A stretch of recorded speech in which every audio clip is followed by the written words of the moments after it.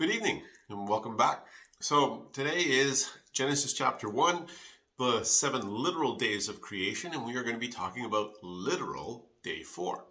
So again, I will be doing 3 different translations of Scripture, King James Version, followed by English Standard Version, followed by the New Living Translation. Going to be going through each of those. The verses that we're going to be focusing on today will be Genesis chapter 1, verse 14 through 19. And one of the things you are going to see, we're going to have to unpack a couple of things after we've read the scripture. So let's not delay. Let's begin. So to begin, it'll be Genesis chapter 1, 14 to 19 in the King James Version. So it says, "And God said, let there be lights in the firmament of the heaven, to divide the day from the night, and let them be for signs and for seasons and for days and years, and let them be for lights in the firmament of the heaven, to give light upon the earth. And it was so. And God made 2 great lights, the greater light to rule the day, and the lesser light to rule the night. He also made the stars. And God set them in the firmament of the heaven, to give light upon the earth, and to rule over the day and over the night, and to divide the light from the darkness. And God saw that it was good. And the evening and the morning were the 4th day." And that's Genesis chapter 1, verse 14 through 19 in the King James Version. Next, we're going to read from the English Standard Version. So again, Genesis chapter 1, verse 14 through 19, beginning now in the English Standard Version. "And God said, let there be lights in the expanse of the sky, of the heavens, to separate the day from the night, and let them be for signs and for seasons, and for days and for years. And let them be lights in the expanse of the heavens, to give light upon the earth. And it was so. And God made 2 great lights, the greater light to rule the day, and the lesser light to rule the night, and the stars. And God set them in the expanse of the heavens, to give light to the earth, to rule over the day and over the night, and to separate the light from darkness. And God saw that it was good. And there was evening, and there was morning, the 4th day." And that was Genesis chapter 1, verse 14 to 19 in the English Standard Version. And finally, we're going to read from the New Living Translation. And in the New Living Translation, it says in Genesis chapter 1, verse 14 through 19, "Then God said, let lights appear in the sky, to separate the day from the night. Let them be signs to mark the seasons, days, and years. And let these lights in the sky shine down on the earth." And this is what happened. God made 2 great lights, the larger one to govern the day, and the smaller one to govern the night. He also made the stars. God set these lights in the sky to light the earth, to govern the day and the night, and to separate the light from the darkness. And God saw that it was good. And evening passed, and morning came, marking the 4th day. Genesis chapter 1, verse 14 to 19 in the New Living Translation. So now let's go through and unpack some of what we're actually reading here. One of the first things that we actually see is in the King James Version, it mentions the firmament. In the New Living Translation, it calls it sky. In the English Standard Version, it calls it the expanse of the heavens. So one of the things you'll see is that quite often people who are believing the lie of flat earth and who actually falsely accuse the Bible of teaching that the earth is flat will try to say this like, oh, you see, the sun and the moon, they're the same size and they're rotating around inside the dome. Except for the fact that if you look at the way the wording is and what they always try to base things off of in the King James Version, it says, "And let there be lights in the firmament of the heaven, to divide the day from the night." Okay, well, and then when you get down to verse, I think it's around verse 17, where it says, "And God set them in the firmament of the heaven." Well, if the firmament is something that is solid and impenetrable, think about a woman's wedding ring. When they actually set the diamond into the gold, it doesn't move. it's locked in there.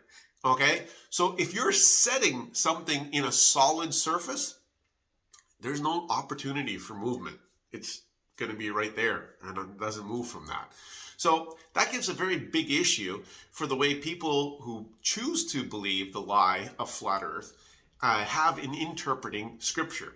But you see, as we look at the English Standard Version, as we look at the New Living Translation, and as we understand the firmament was never meant as something that is an impenetrable dome, but that it is actually the atmosphere, outer space, and everything like that, it allows us to be able to grasp that, yes, when God set them there, he set them in the expanse of the heavens, like it says in the English Standard Version.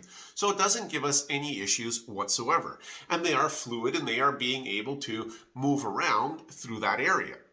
Okay, because of the fact that we know the expanse is it's space, it's an atmosphere, it's fluid. Okay, so especially considering the fact that in the earlier days when we were talking about the firmament, it said the waters above, okay, and the waters below.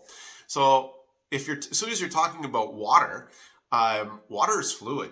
So it can't be anything that is fixed and immobilized. So that gives a problem to people who actually believe the lie of flat earth.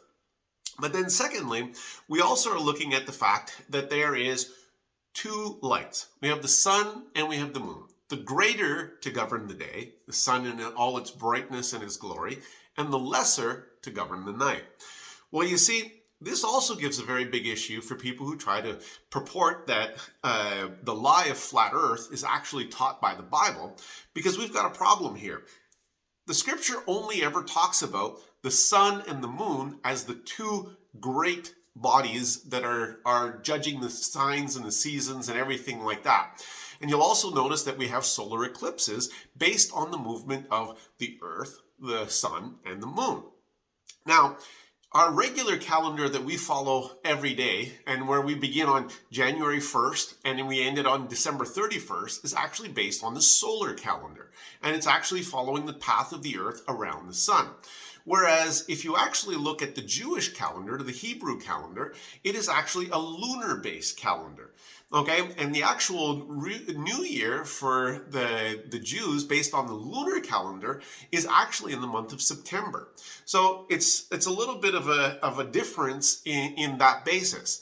At the same time, if you look at in the Jewish calendar, most months are somewhere between 28 and 29 days, okay? Slightly different than what we're used to in our solar calendar, where everything is either 30 or 31 days, except the month of February, which is, 28 or 29 days. So that's also something interesting to take into account. Now, you see, Scripture tells us very clearly that God gave us these lights, okay, both the sun, the moon, and the stars, in order to be able to determine the seasons and to mark the days and to number the years. Okay, so one of the things that if we try to take things out of context, we end up with a whole bunch of issues there. Okay, so you will also notice the fact that God is always going to use these particular things, one to rule over the day, one to rule over the night. Okay, and he will use it to separate light from darkness. Now, we do know that the moon comes into view sometimes in plain daylight. You can see the moon, but the moon's light does not in any way overpower the sun. Now, if the sun showed up in the middle of the night, well, you don't have night anymore. So that would give us a big problem right there. But one of the things that you will see is the fact that our signs, the seasons for days and years, okay? Our seasons are going to be based off of our orbit around the actual sun and what portion of the earth is facing the sun at what time. But also, if you also look at it, it says, and let them be for signs. See, there are eclipses and different things like that that are actually happening. One of the things that you'll see later on, obviously in Scripture, where it actually talks about, and the moon will be turned to blood. Well, very commonly in a lunar eclipse, the moon will actually turn to blood.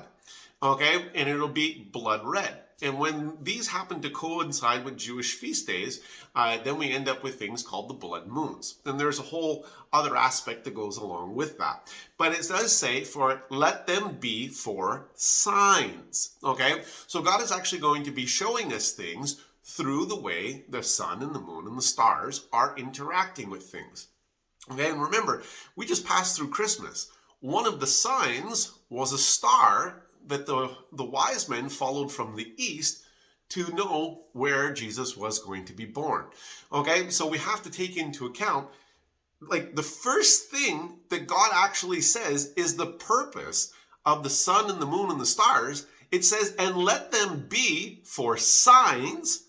First thing is most important, for signs. Second, for seasons.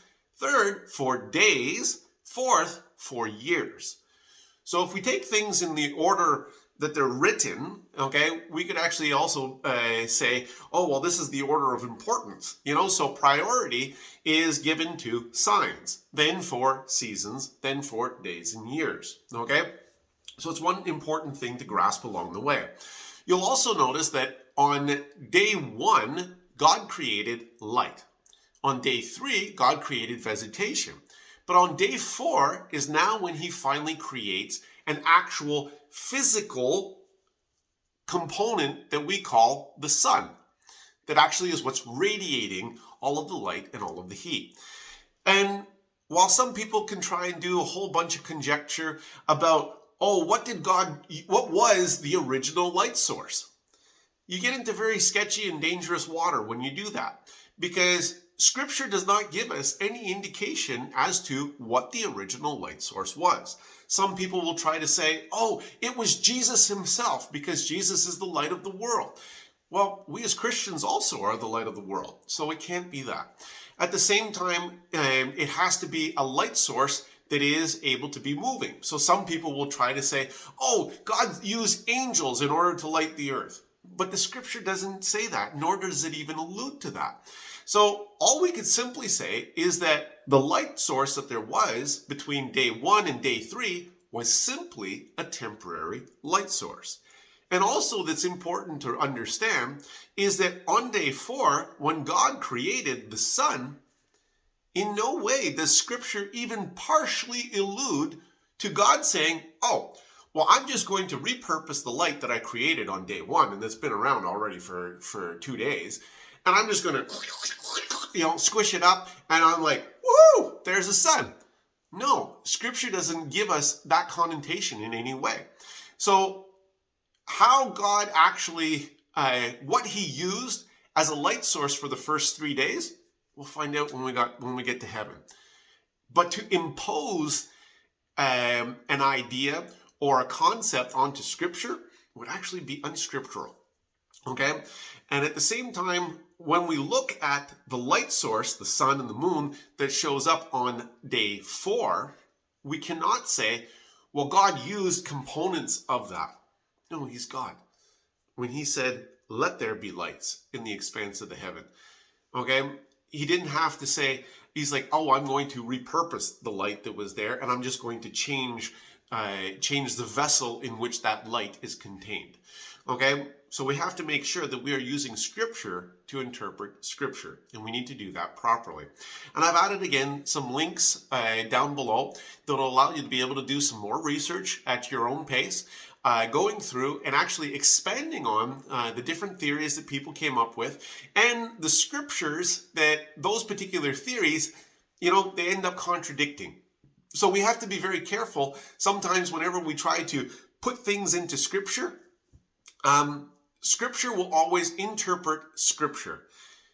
And if you say it means this here, but it contradicts it over here, you're the one that's going to be proved a liar. So you need to be making sure that you are using Scripture to interpret Scripture. And that was Genesis chapter 1, literal day 4. And there was evening and there was morning, the 4th day. See you tomorrow.